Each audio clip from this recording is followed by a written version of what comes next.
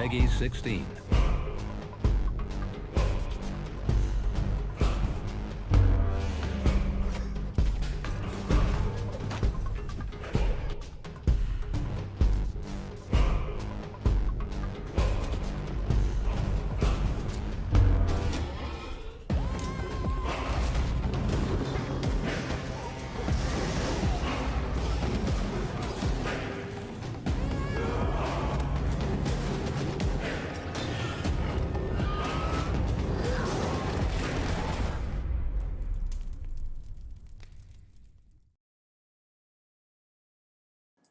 Hello, hello.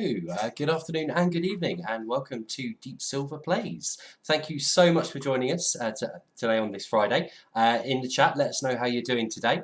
Again, it's fantastic to have you all here. It's a very special day for us because today is the launch for Gods Will Fall. For those of you who haven't caught me in a stream previously, I'm Chris. I am the community manager for Gods Will Fall, and we have a very special guest with us tonight. Joining us from Clever Beans is Mark Wherrett. He is the lead designer for Gods Will Fall. How are you doing tonight, Mark? No, very welcome. Thank you so much for coming along with us. How's it been today for launch?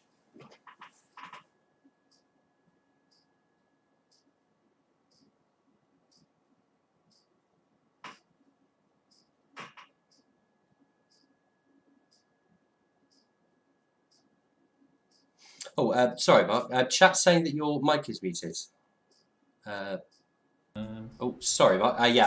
Your chat, your mic should be available now. Terribly sorry about that, Mark. Okay, let's try again. Can you hear me now? How's it sounding, chat? There we go. Much better. Yep, much better. So yeah, let's go again. How is launch day for you, Mark?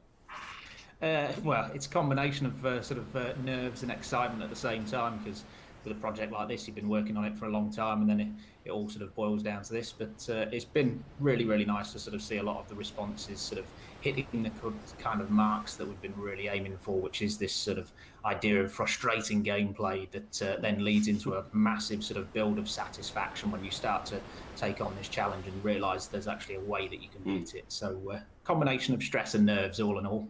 No, I can appreciate that, certainly. Definitely combinate stress and nerves playing the game as well. It's what was the line? It's easy to learn but hard to master. It's definitely Absolutely. a challenge to take on these gods, and that is why we're here this evening, to get started on this legendary quest to slay these 10 gods in the Isle of the Gods. So I think what we'll do is we will jump into game now.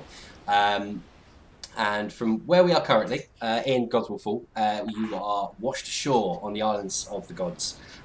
Your armada has been sunk entirely, and you are the last surviving 8 Celtic clansmen and women who have washed ashore.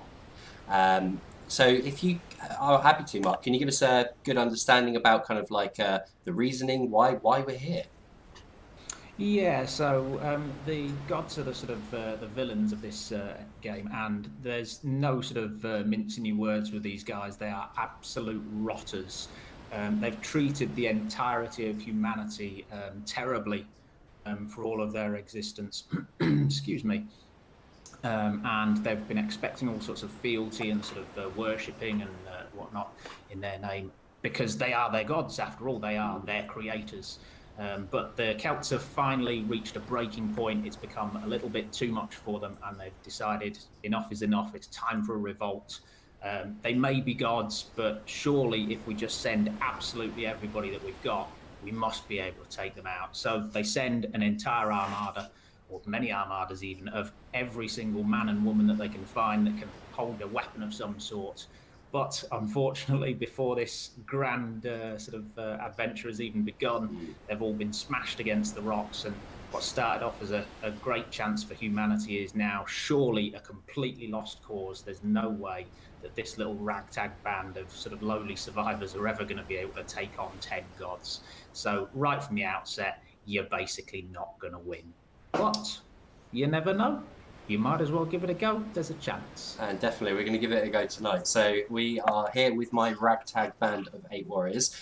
You might see that we have found ourselves in front of a cave entrance. Now, this is actually in the game the tutorial cave. So this will give you the opportunity to understand your movement capabilities, dodging, parrying, your combat, your light, your heavy attack, all of which we'll be employing tonight in great detail, and gives you an understanding about some of the items as well, and also some of the opponents you'll be facing. So we have vassals, as they are, with kind of regular standard attacks, and there are vassals that have much more dangerous attacks with a red aura, giving a mortal blow to your character, your warrior you've taken into the realm.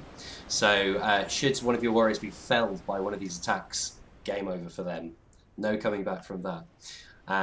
But yeah, of course, so once you hit the island, you're washed up on the shore, you find yourself in front of this cave, you go through the tutorial, and then you're presented with the world map, which we have here. So straight from the get-go, we have all 10 gods available to us, and a number of other kind of points of interest found in the overworld. So, Mark, with regards to the gods, is there any particular way we should go about it? What kind of methods should we be looking for?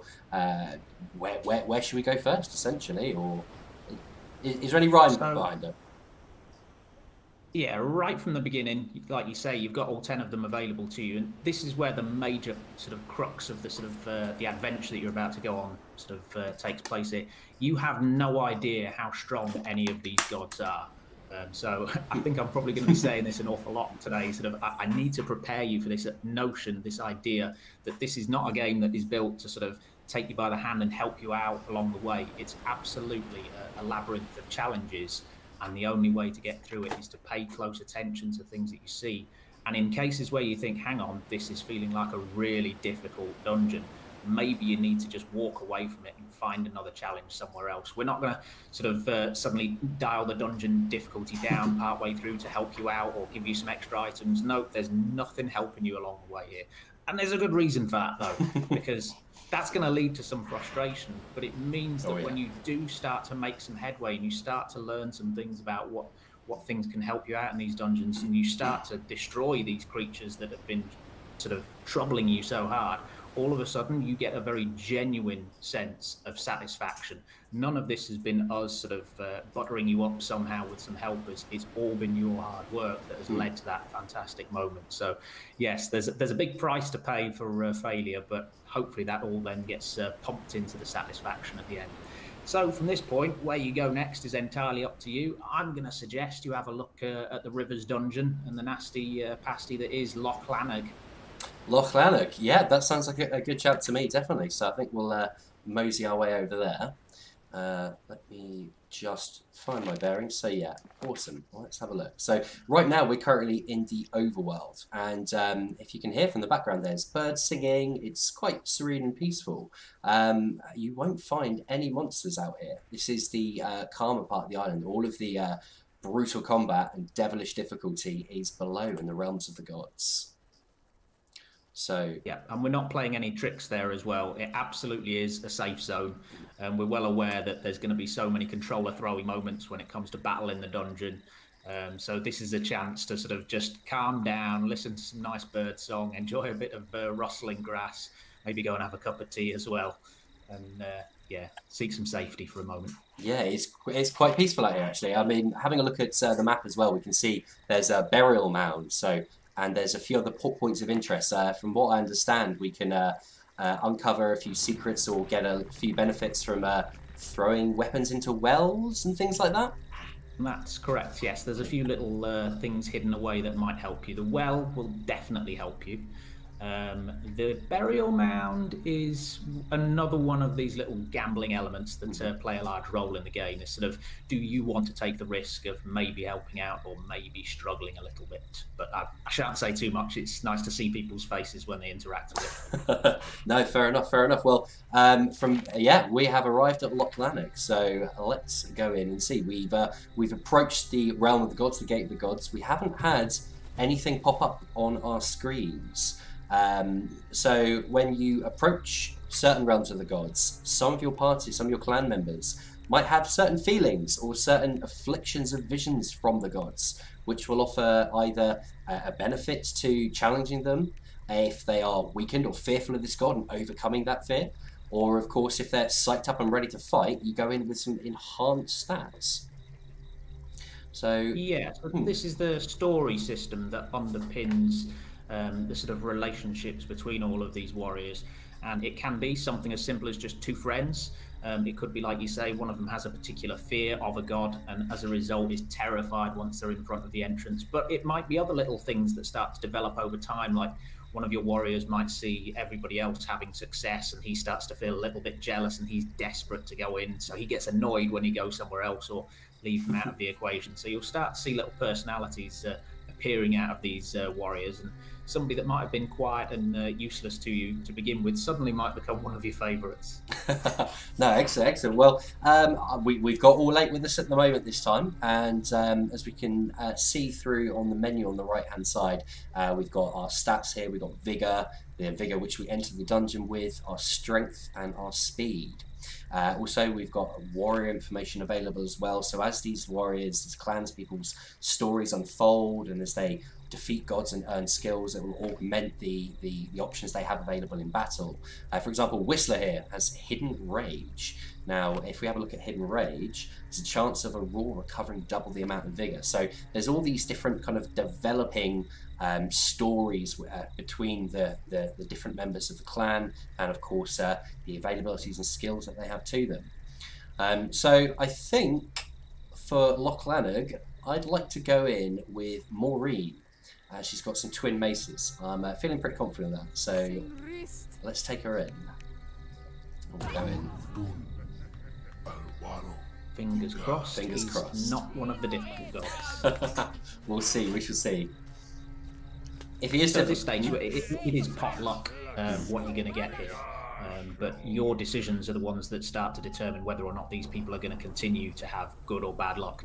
You need to pay attention to whether you think it's a difficult dungeon or not. And that's something you'll start to pick up on. There are little signs as you start to play the game more and more. You'll start to recognise some of the patterns and some of the little pieces of evidence to help towards you. So some people choose that when they go to their first dungeon, they try and pick their weakest warrior possible to send them in as just a sort of they're a sort of canary for them, just to find out how dangerous it is. Other people prefer to pick their strongest warrior or what they think and send them in. But we're going with Maureen. We'll go with Maureen. Brilliant. So if we have a look, we can see the current health bar of the god on here. It looks pretty big. So I think we've got a relatively advanced difficulty god here. But let's have a look and see what minions we have through. Right, cool.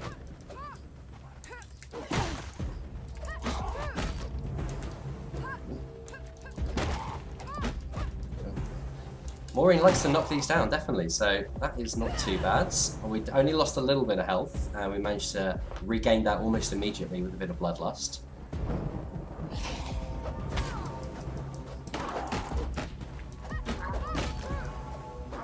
Ooh.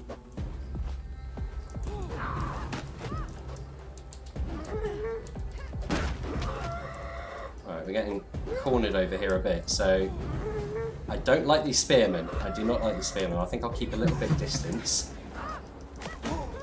Yeah, there's going to be an awful lot of learning certain creatures and certain enemies that you don't like. That's why it's worth kind of keeping an eye on that, and that might influence which warrior you choose to go with. So in this case, maybe you might prefer to go in with a spearman of your own so that you can also play at range. Exactly, yeah, and of course your clansmen come in all shapes and sizes, so you have the slightly larger, slower clan folk who have larger weapons which will swing slower, they'll move slower, but they'll definitely impart a bit more of damage behind them. I missed that jump there, unfortunately. So all of the different weapons have got their own little quirks to them as well. So it's not just the straightforward damage that they do or the sort of speed of the attacks. So for example, these twin weapons that this warrior has, they're nice and lightweight and fast. So this allows them to be able to cancel any of their attacks into a dodge.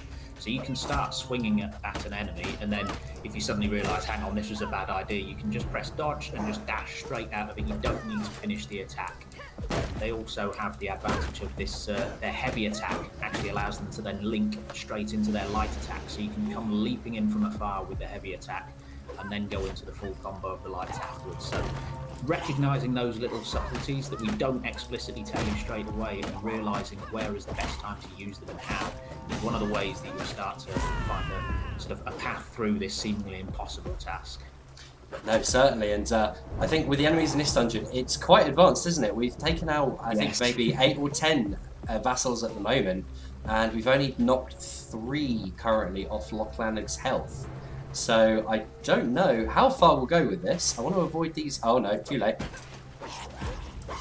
I was trying to avoid the sunken bodies, but no, it's not going too bad at the moment. Things can suddenly go completely wrong in the blink of an eye, though. Oh, definitely, yeah. The tables can turn. If I get any more of these guys up after me, we're in a bit of trouble. But if I can keep my distance, if I can keep them throwing weapons on them, and just get them down one by one, I'm feeling pretty confident we can give Lochlanag a good run for his money.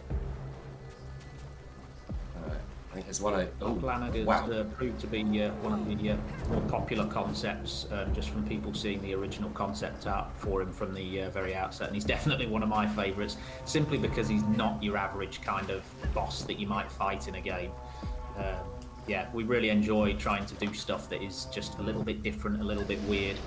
The Celtic lore, the sort of classic Celtic lore, had lots of really strange creatures, and it wasn't about just big scary things with sharp teeth and claws. It was lots of really odd concepts and ideas. So the more we could embrace that, the better. Yeah, this dungeon is looking to ramp itself up. We have awoken the hordes, and we are here with some very weak dual maces. I'm not sure how much of more of this we'll be able to take with Maureen at the moment. I'm just looking around for another throwable, because these are invaluable for kind of like staggering an enemy, knocking them around a bit, and just trying to get that advantage in combat. So I don't know how well we're going to do with this, but let's try some parry. I think you've done well so far. Alright, let's... Nope. Maureen has died. Her journey ends here. Sadly, I'm about 10 seconds behind on the stream here, so I've yet to see this fateful death. Oh, it's coming. It's brutal. I lose myself in the hands of one of those gargantuan enemies. Let me critique your technique. Oh, you're going right into a clump there. I would have been picking off with a heavy attack from afar first, just leap in with a heavy attack and then dash straight at it. Oh, you got snuck up on from behind there. Okay, weird. That was, I think the odds were stacked against you there.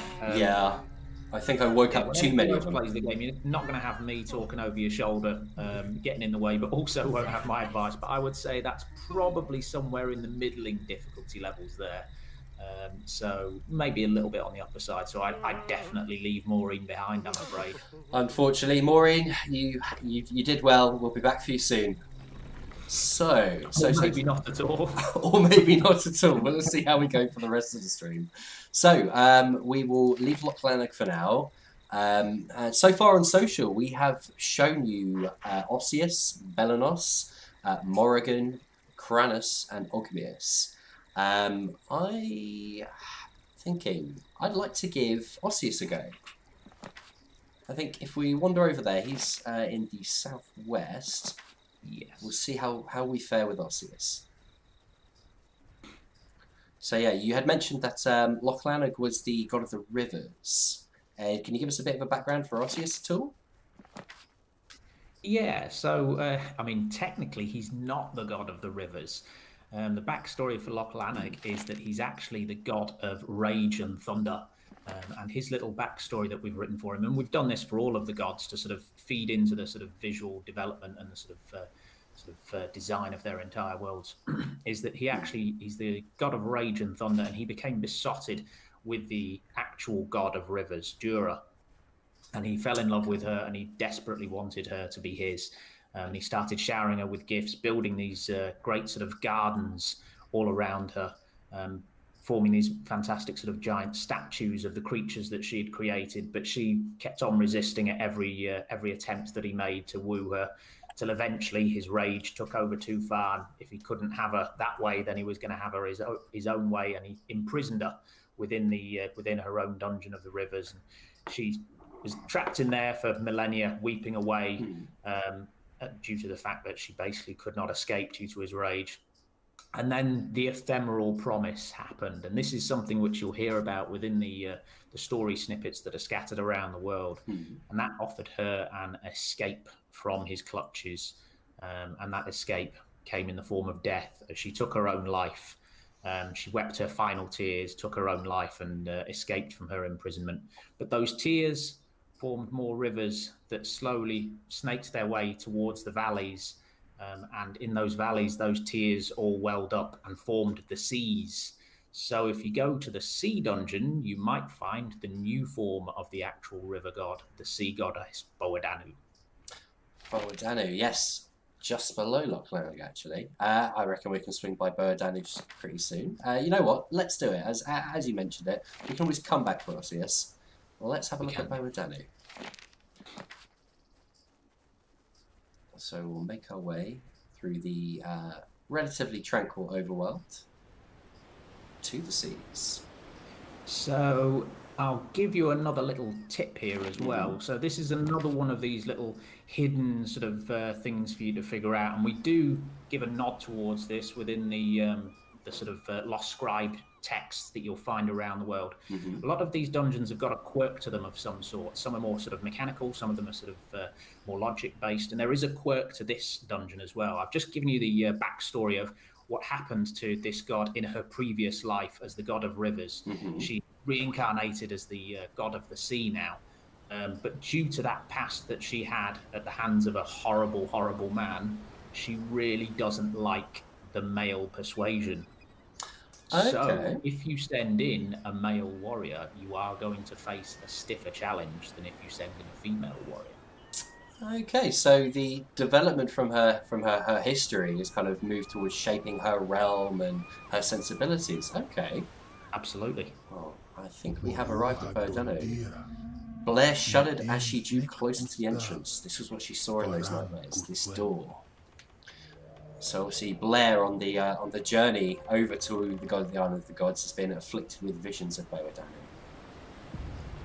Yeah, so these stories are things that can really harm your warriors mentally due to the fact that they might be terrified of a god, but they can start to develop as you start to respond to them. So if they are terrified of a god, they're going to be debuffed. You send them in, they're going to struggle. But if you are able to start pushing them further through that dungeon and make progress, there's a chance they may start to think, hang on, maybe I shouldn't be so afraid of this. Maybe I should be sort of more confident. And so their stats will start to change as they get through.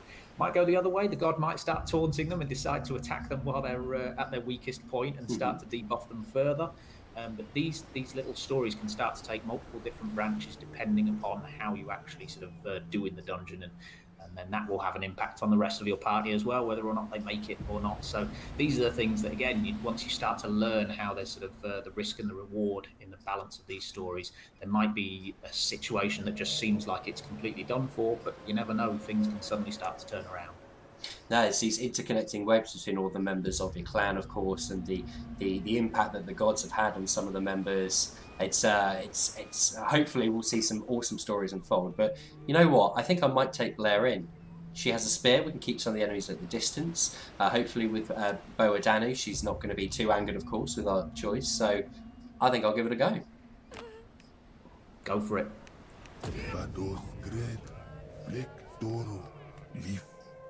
Come on, Blair. It's time to face your fears. That probably sums up the whole game as well, to be quite honest. It is a case of no matter how many times you've smashed the controller in frustration, you've got to face up to that and step back into it once more. There is a reward waiting at the other end of it, and that is a wonderful feeling of elation and satisfaction that you'd wipe the smug grin off my face. Excellent. We'll see how we fare with Boadanu then. Okay. Ooh, it looks like there's quite a lot of them already. Let's Yeah, so the population numbers change, their positions change, what the actual enemies are will change as well. So yeah, all the little bits give you a little hint as to just how difficult it might be. Oh, we managed to get through those okay. Let's go up this ramp, Good. I think. Oh, that's a biggie. Oh.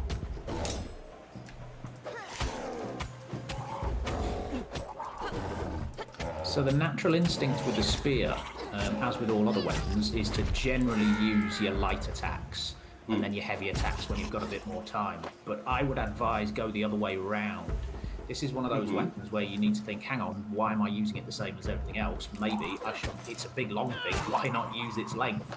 So I would advise always keep your distance with the spear and use that massive long range that it's got. And just be an absolute weasel, just jabbing at people from far away without letting them get a hit on you. That is some sound advice, actually, yeah. Oh.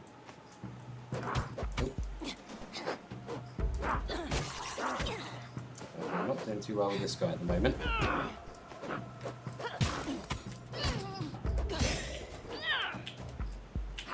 Got the right idea of picking up weapons off the floor and make use of those. Oh yes, definitely. Nothing wrong with that. If the gods have been absolute scum to you for all of these centuries and centuries, then I think it's only fair that you be a little bit of a weasel back to their men. Oh, he almost got me. We'll keep hold of that bloodlust for now, actually. We'll keep that stored up. Yeah, so that's one of the sort of, again, risk-reward mechanics in place here, this idea that the more damage that you do to these enemies, the more you get this bloodlust, which you can then unleash in a roar. But you might be tempted to just use it as soon as you've got it, but if you do, you don't get the full effect from it. So if you want to take the risk and gather more and more, you benefit in many different ways. First of all, the more bloodlust that you've got, the more you'll earn with each attack. So it starts to go up exponentially. So the more risks you take, the more chance you've got. But also, the bigger the roar that you do, you'll start to get buffs from that. You'll get little temporary buffs. So a gigantic roar, if you fill up all of your health bar, which has involved you risking going almost to death, will give you a little period of invincibility, a berserker rage that allows you to deal much more damage, and when you perform the roar, it knocks everybody backwards as well. So again, it's this little system that's simple to play with, but you need to start paying attention to some of the little details that occur as a result of it. Hopefully that will start to see you make great strides and feel the satisfaction of having become a better warrior without any sort of help in the background. Yeah, I'd managed to kind of lose a bit of health but keep my bloodlust up, so let off quite a large roar, and my vigour aura was pretty high there, actually. Exactly, yeah. And then if you combine that with whatever other sort of skills and sort of items as well that you might have, you can certainly get to little moments where you combine an item with a large roar, with a skill that warrior has got, and you can do fantastic huge chunks of damage that make mincemeat out of people. So finding the right time to use them is the sort of tricky bit. So we're rewarding players that absolutely pay attention to every last little detail. And if you're just going to stand there and just smash the light attack button, I think you're going to get frustrated. Yeah, it's definitely about mixing up these attacks. I found your advice with the heavy to be really useful, actually. It's proven a lot more beneficial than just those flurries. It does have a little bit of a quirk as well. If you try and use it up close, the warrior stumbles a little bit because it's clumsy because of its length. So you definitely need to make sure you're at the right range. If you use it up close, you'll suffer a bit. Oh, I'm really not having some good times with this one at the moment. That's this guy's a tank. Okay, we're low on health, so I'm gonna just top up a little bit, and I think I will save any future roars until we're at max figure.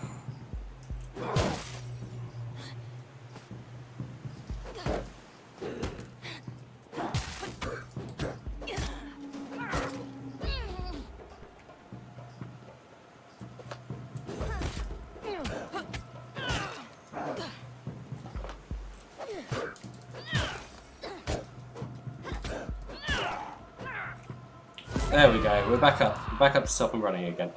Fantastic. Excellent. So let me scroll here. Water impedes a warrior's movement and dodge capabilities, so be extra cautious when wading.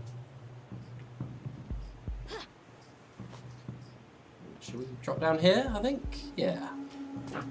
Oh, that didn't go so well. Oh no, have we had an accident? No, I just threw my ranged weapon not where I wanted it to go. And the second one. It's frustrating. I'd like to be able to watch it at the same time.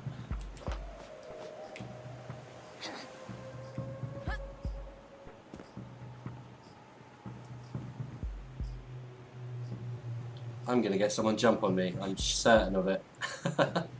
It's too calm. Nothing here is laid out to make things easier for you. Every last element is designed to kill you. Wow. I got too close to the edge. No. Oh, no. Yeah, The environment. even the level itself is a threat to you. Or maybe I should say you're a threat to yourself if you're too close to the edge. Okay, so we've lost Blair. We're down to 6. I think that was a similar difficulty level to Rivers, so I think you've managed to end up with two somewhere in the middle ranges. I'll give you a little hint here. We saw a glimpse of a creature there, although it was only the one. And the creatures turn up about the mid ranges, so I think it's time to move on, find somewhere else, and leave another person trapped, unfortunately. Oh no, although Kylie is chomping at the bit to get in there, if we have a look. You did okay. You got about halfway, so it's still doable. I mean, this is where it starts to get interesting, because if you do know that it's only about halfway through the difficulty levels, that's absolutely doable. Depends how much practice you've had. But if he's got some buffs as well. You know what, let's have a look at another god. I think we will leave Blair to her current fate.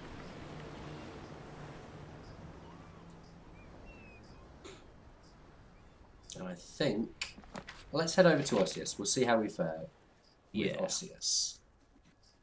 Let's give everybody a fair view of all the different levels as well. So, Osseous, the god of bone and sinew, if I'm correct. Yes, that is correct. And he's responsible for creating all of the bone and sinew in all living things, and he believes it is the greatest material ever created. I told you all of these gods are just horrible rotters, and they're egotists as well. But he feels that when you die, it is your duty to ensure that your bones are buried and returned back to him as they travel across the seas of time to where he will be waiting for them. So this dungeon is on the other side of the seas of time. So this is why you start off on a sort of beautiful, radiant beach, and you'll make your way towards him. He's up on top of some giant dolmen spires, and they are a sort of example of just how strong his creation of sinew is. But first you'll have to make your way through the whitewood forest. Whitewood is what our Celts believe bone is. They see the white structure of it and the look, and they think, well, this clearly must be made from giant white trees. And so sure enough, over in his realm you will find these whitewood trees.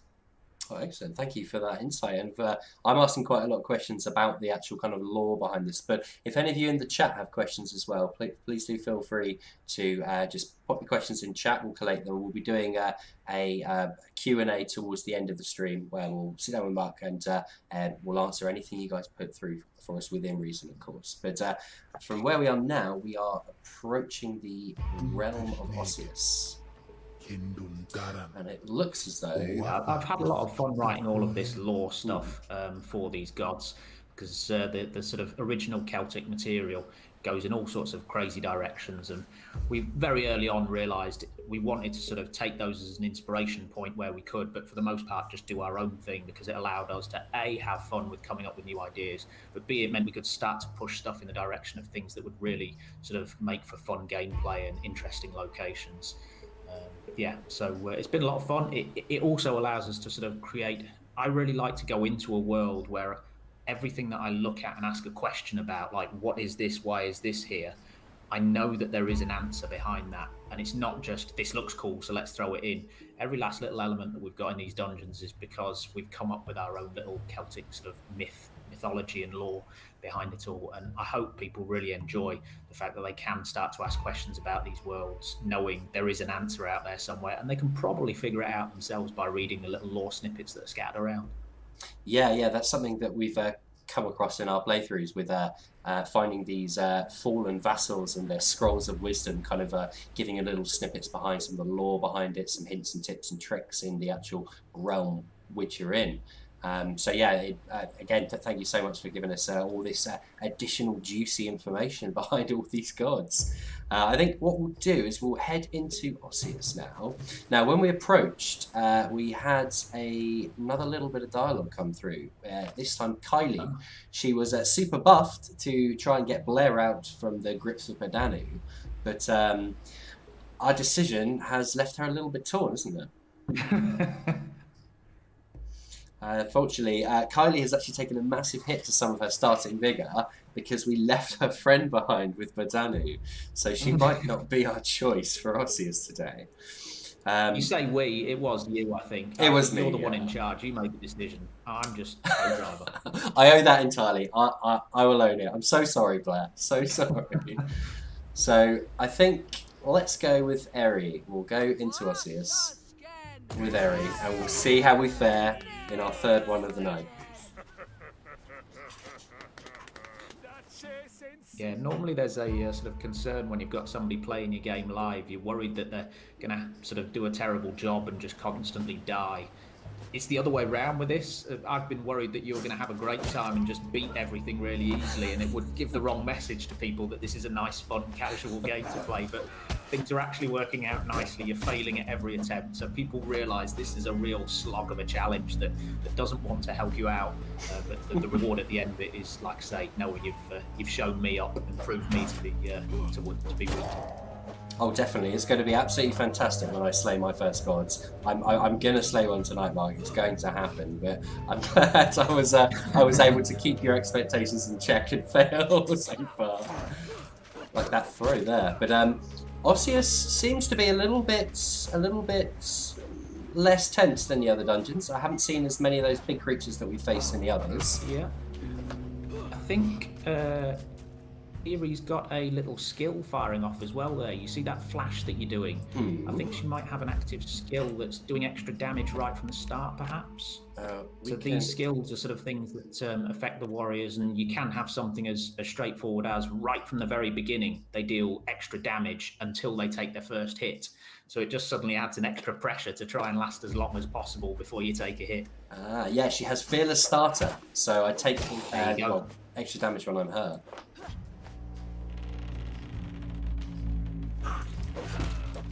Don't get hurt.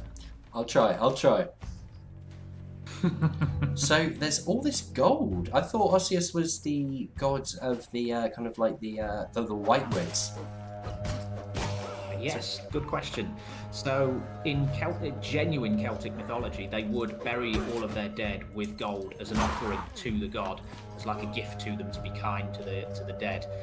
We've written our own little interpretation of this, which is Osseous does not care at all for this gold. He thinks bone is the best material ever because he created it. So as a result, what you're seeing here is effectively trash. He just leaves this gold lying around because he doesn't care about it. His bone is far superior. His sinew is the much better creation. We don't care for gold. It's rubbish. The gold to buy kingdoms, and it's just washed up on the shores of time and just left in piles. Exactly, and all those Celts are clearly trying to help their loved ones out by sending them across with gold, not realising they're not helping them. They're vassals to Osseous nonetheless. Oh, this poor chap strung up here.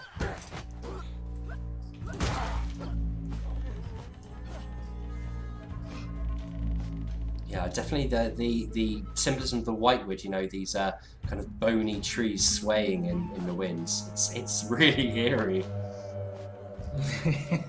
The creepy little twitch is lovely. It was nice when we first got that in and started to see people's responses to it. I'm finding really good use from these weapons from the vassals. Absolutely, yeah. If you find something that works, don't be afraid to use it. Go down this way.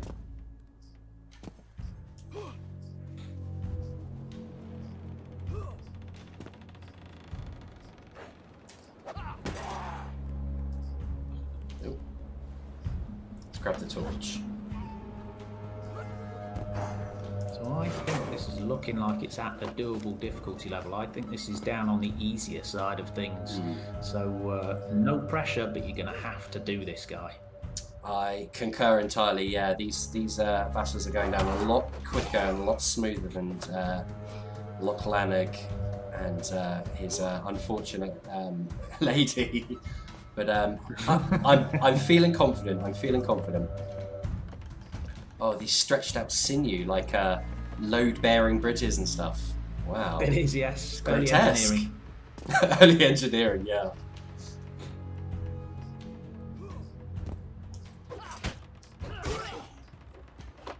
Yeah, we're faring much better at the moment. There's nothing over here. Yeah. Just need to try not to fall off anything at the moment.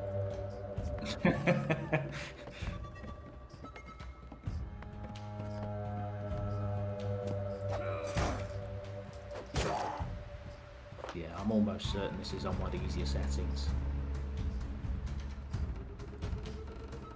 Oh, look at that view. I was up to the left there, so well, I suppose you've probably already gone past this. So, oh yeah, you've already been that way. Sorry, yes, I was going to guide you towards an item if it was there, but I keep forgetting you're about 10 seconds ahead of me. That's all right. I can certainly backtrack a wee bit. I have been trying to keep my eye out for items. I haven't seen any, or I've just been too oblivious and missed them. Although we do have a scroll up here. Yeah, they are tucked away. There's a little bit of a glint on them, so you've got to pay attention. So again, it's one of those things where we want to reward players that sort of pay attention and start to ask questions of themselves, like, am I doing this right? Am I going the right way? Is this the right dungeon? Am I paying attention to my surroundings properly as well? Am I reading those little messages? So we don't want to give you any sort of immediate, direct, obvious flashing up some sort of tip or help of some sort, but we do want to reward the players that do start to engage their sort of faculties on questioning everything. So yeah, even the items are just tucked away in little places, so keep an eye out for the glint.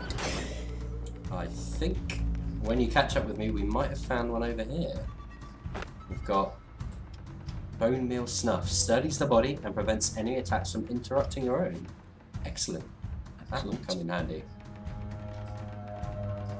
And that lasts for a little while, so I would probably advise as soon as you start the god fight, maybe fire it off.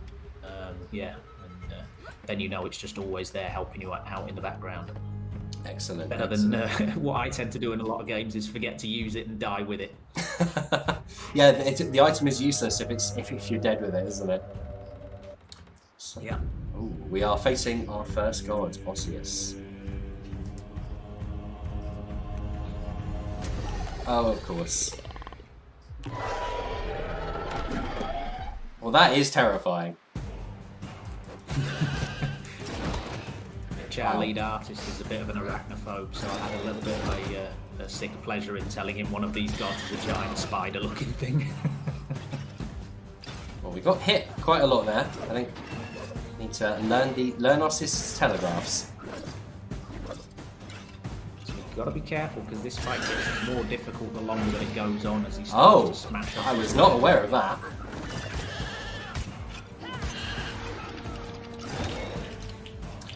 What happened there? I moved to my own accord. That was weird. He has control of bones, so he's able to channel his sort of his magic and then shove your bones in a direction forwards or backwards. So if he starts doing that little manoeuvre, make sure you're not near an edge. Duly noted. Again, yeah, just knocked me out there. If I was on the edge, oh, get away from this.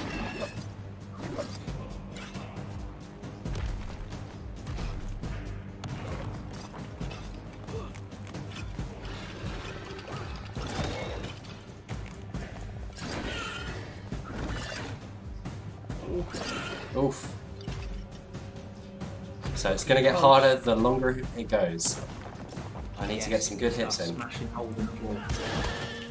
Oh, this is not good.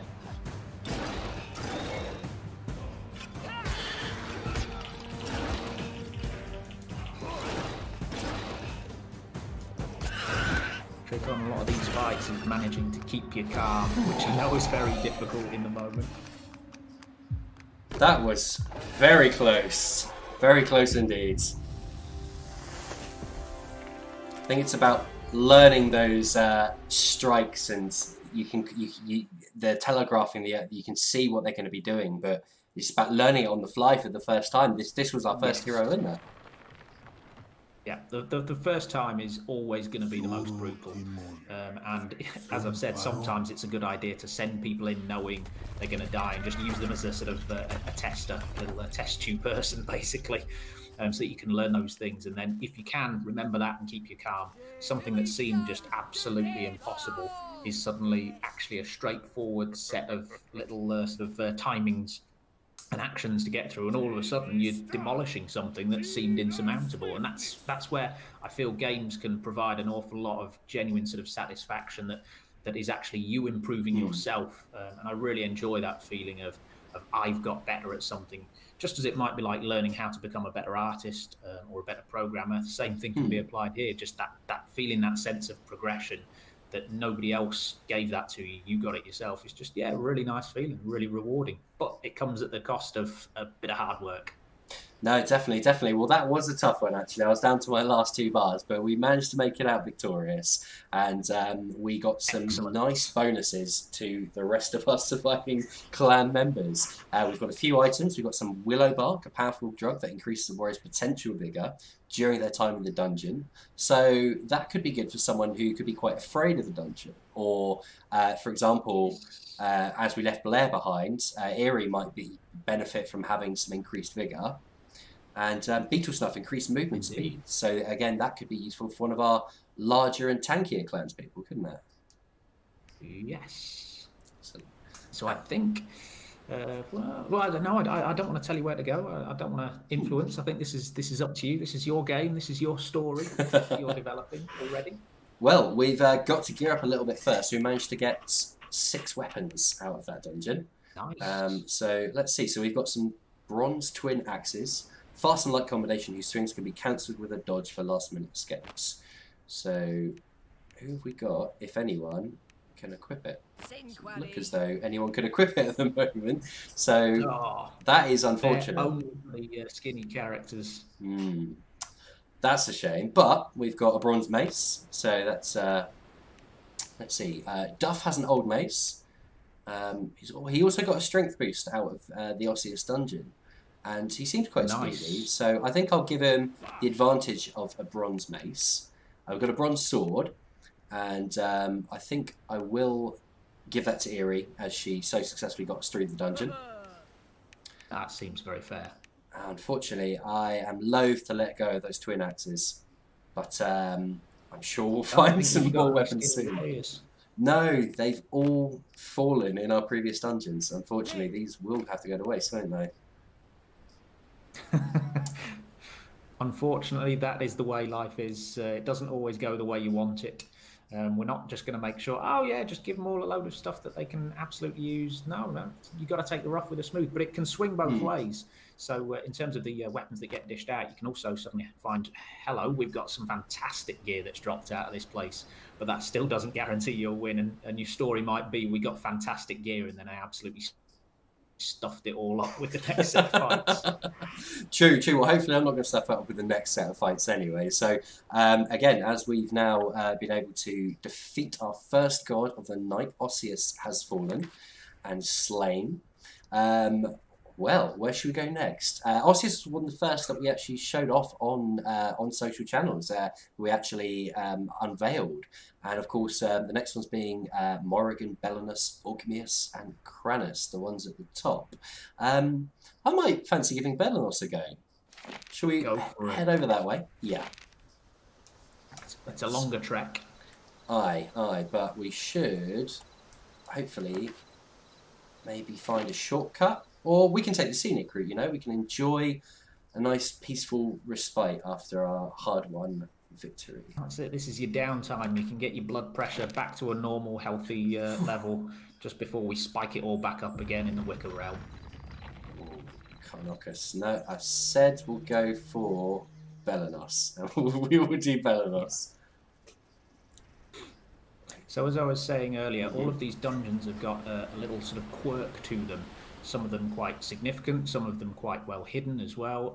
And recognizing those quirks is an important part of learning what are the better ways to take them out. So I've been very coy about sharing what these are, because I feel a lot of the sort of satisfaction comes from that little aha moment as a light bulb goes off and you realize, hang on, this is how this dungeon works. There's a way that I can start to exploit this.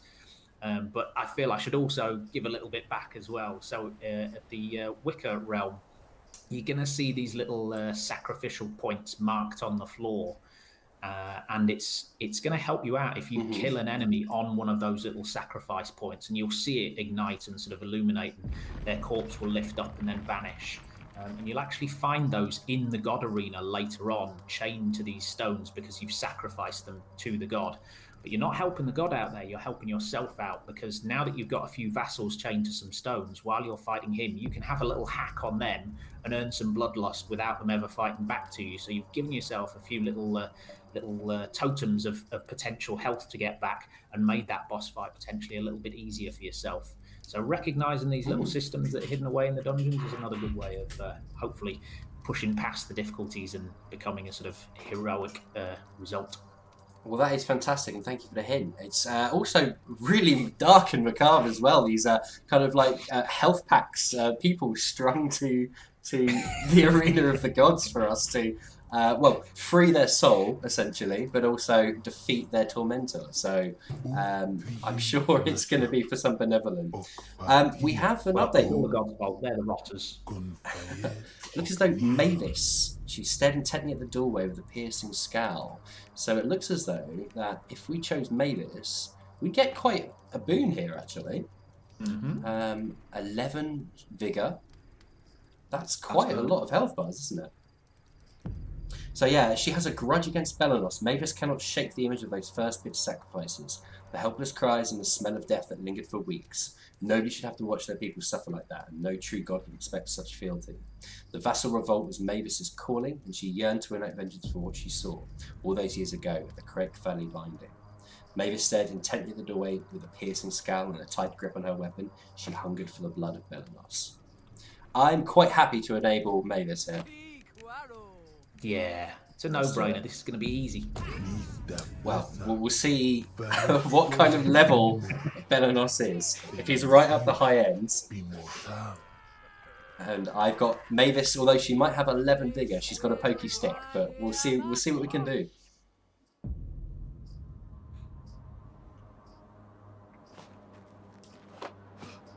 She's got a bathed in blood skill as well, I see, which I think, let me think, I'm trying to recall exactly what that one does. I think you might just earn bloodlust faster than most people as well, I think, as a result of that. It's worth checking it out by checking out her details. Yeah, just got it up on screen now. Gain bloodlust twice as fast. There you go then. She's a lean, mean killing machine. Let's do it.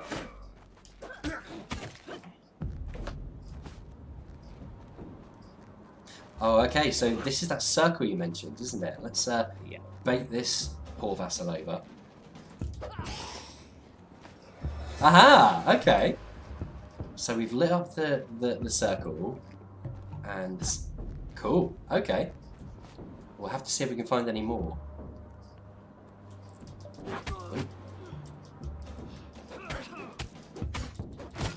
Ah, you said the heavy spear attacks.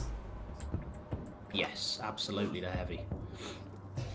You'll find the light attack is really quick, so if you're kind of overwhelmed, it can be quite useful for just stopping people from getting their attacks in on you, because it will interrupt their attacks very easily, because it's just this quick, sharp uppercut. But just give them a jab and then just back away, and then use the reach of the heavy attack, and you'll have a lot more sort of success that way. Oh, excellent. Okay, yeah. Pro spear tactics, definitely very helpful. Let's oh, okay.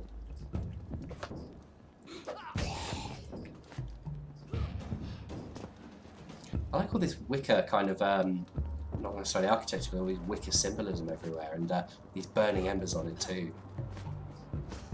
Yeah, so that this is, again, this idea of we wanted to embrace the Celtic ideas that were just weird and wacky, And I think everybody's seen, like in a lot of sort of RPG and fantasy games, the idea of a fire dungeon, an ice dungeon, and magic along those lines. So we really wanted to take some of the more obscure and weird elements and start to sort of lean into those. So wicker was something that just is a fascinating little element that normally people just associate with little baskets that you keep stuff in, which obviously the Celts would have done. But where it comes from is obviously all of these reeds that are sort of woven. So therefore that leads us back towards the idea of, well, how are they grown? It's by the sun. Okay, he created the sun.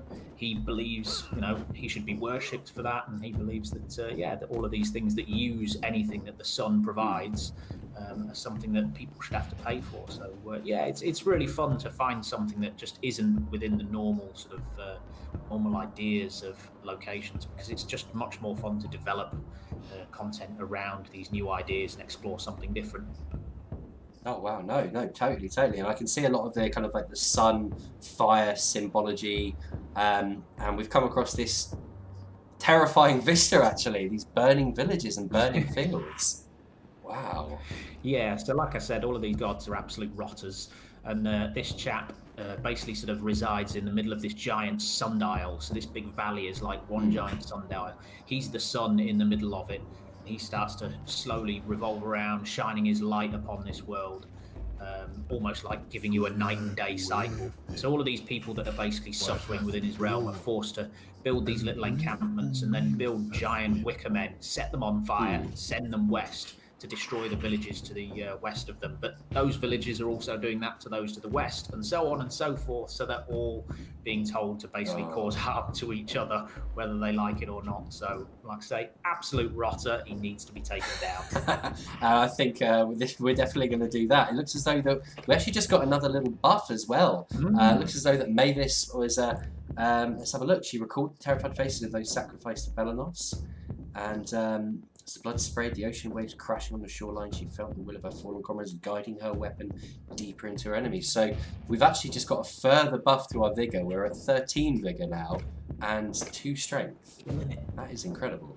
So this is why you kind of want to pay attention to these stories that start firing off, and maybe take a risk on one of these warriors that is suffering perhaps a little bit, because they can start to change as you journey through the dungeon. Just like with any sort of real life adventure, you can start off with something looking terrible, but when you start to realise that you're making progress, you start to gain some confidence. So that can happen with these warriors. I think in her case it's just anger all the way through, but it can definitely start to turn around if you take a risk on someone. Yeah. I mean, if we'd gone in with someone who'd maybe been afraid of Belanos, then these boosts coming through would have been incredible. And you're right, Mavis just really wants to hurt Belanos. She's got this vengeance grudge against him, and just empathy for all those who've been sacrificed in his name previously. She really wants him gone. Yep. And more often than not, if you sort of reach a story through to its end in a sort of positive sense, somebody overcoming their fears or rescuing their brother or father or sort of family member of some sort, then you will tend to get a much more positive reward out of it at the other side as well. So it is a risk, but there's a big reward at the end available for you, and that can suddenly completely turn the tides of time. So you might then find what was looking like a set of warriors that were never going to make it through have suddenly found a hero that is just absolutely up for it and is going to lead them to victory through every dungeon. No, excellent. I think we probably should have started off with Osius and Belanos. We might have, I might have had 8 members at the moment, but I've just noticed that the music's picked up as well. This is awesome, We've gone from these kind of drums in the background, this slower chanting. It's really, really picking up now. Yeah, so Jamie, our audio guy, did a really nice job of this for us, and we started off with the sort of classic kind of idea of just everybody knows this sort of orchestral music that starts to sort of you see it in the back of a lot of sort of film fight scenes and whatnot, especially fantasy ones, and it worked really well. But we wanted to try and take a little bit of a risk on something a bit different, and we were both we'd both just seen the film Mandy. With Nicolas Cage. Nicolas Cage has been a big sort of inspiration for a lot of the ideas of how these Celts operate. Wow. And that had a wonderfully sort of electronic, weird, otherworldly soundtrack to it. And we started to realise, well, these locations that the Celts are entering into are basically another world. It's another dimension to them. It's an almost alien location. So maybe that gives us a fair excuse for using synths and sort of strange noises that they wouldn't hear in their sort of in their real life. So instead of doing the sort of straightforward, obvious stuff and whatnot, we decided let's take a risk on doing something a lot more synthy.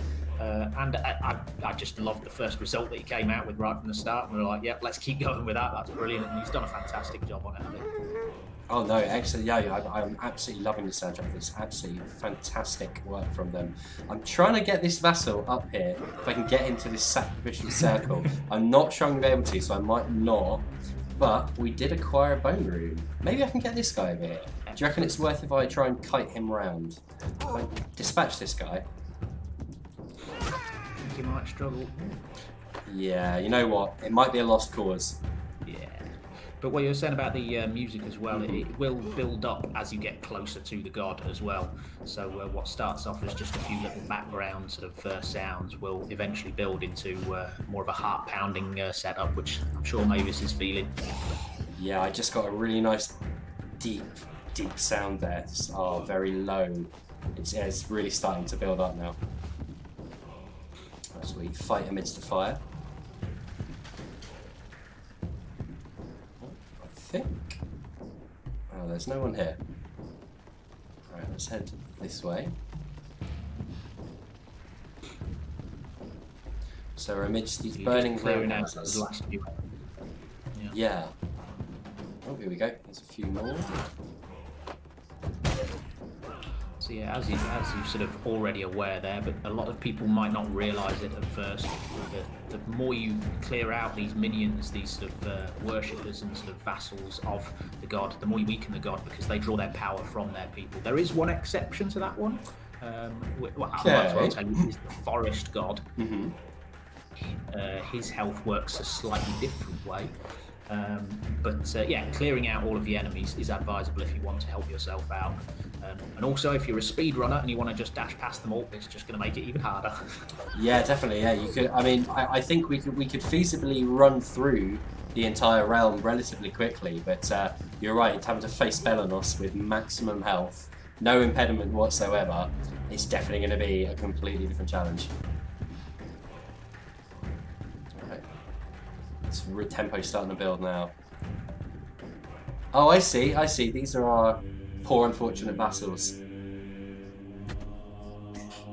The poor souls. They're serving a greater cause now. They are my medkits. So he's like a bearded moth, a very large. Yeah, so it's another one of these sort of our interpretation of how we think Celts would interpret the world and then making it real. So they will see moths following flames and lights like sort of moonlight and sunlight. So they would therefore assume that the god of the sun must be some sort of a giant moth-like creature because they are drawn back to their sort of their forebear, so to speak. So we kind of take their interpretation of how they think the real world has come about, what their ancestors looked like, and made it real. This is hurting a lot. He's got 2 states, one of which is worth fighting him in, the other one is worth avoiding him in. Oh wow, yeah, you know what, I got my entire health back.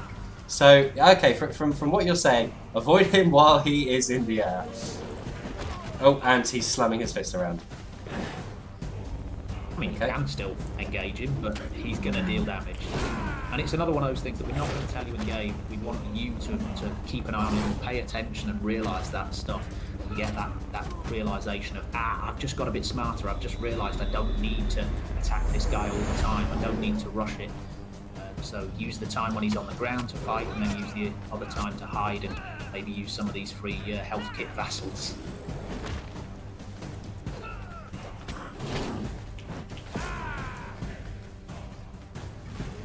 This earns more bloodlust as well. So. Hey! Oh, you can see the spear I embedded in his head. God number 2. We have slain Belanos. Belanos has fallen. Well, I think everything worked out just in your favour there. This is a casino where the house has suddenly lost big. Yeah, definitely. After the little hiccups and the bad bets we placed on the first two, Osseous was a little bit tighter, but Belenos definitely has been much more forgiving. So Mavis has returned, Slayer of the Gods,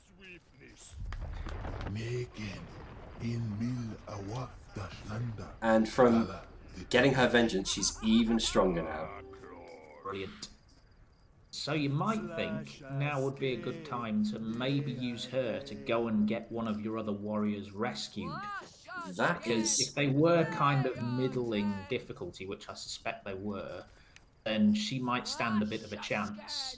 And then you can boost up your team again. Because as long as they're trapped in that dungeon, they're not going to benefit from any rewards and sort of buffs that you get from clearing another dungeon.